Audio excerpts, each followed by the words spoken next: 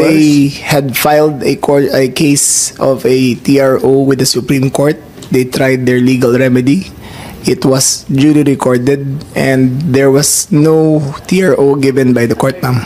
So, ma'am, just to be clear, they had their chance to seek legal remedy as shown by the actions of their lawyers by approaching the Supreme Court. So there was no due process denied, ma'am.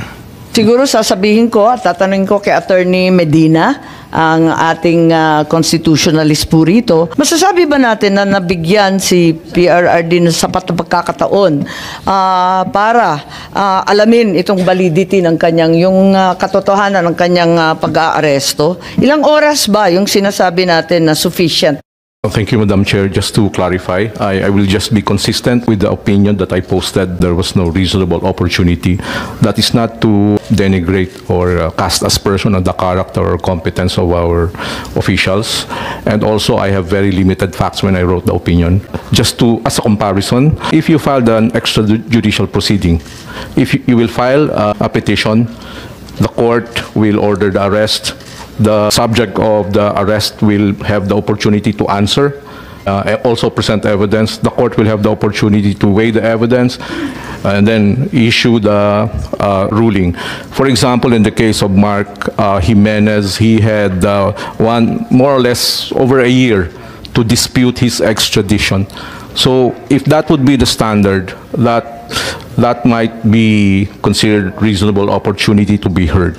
So yung sinasabi nila na naka-10 oras na nag-iintay, talagang panay pa rin ang tutol, hindi sapat na panahon yun. Kasi magpipila ka pa ng kaso, magdadraft ka pa ng petition, dadalhin mo pa.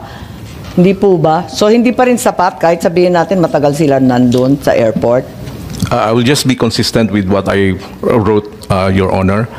My initial view was yes, 6 hours, office hours, or less, 5 hours, to seek relief from the courts may not be characterized as reasonable opportunity to be heard. Of course, that is disputable. That's just my personal opinion with limited facts.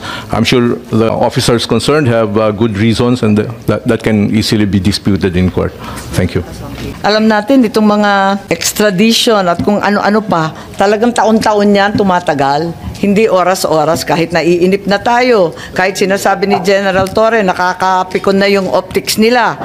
Kung ano-ano nang ginagawa, kinakailangan pa rin binibigyan natin ng pagkakataon.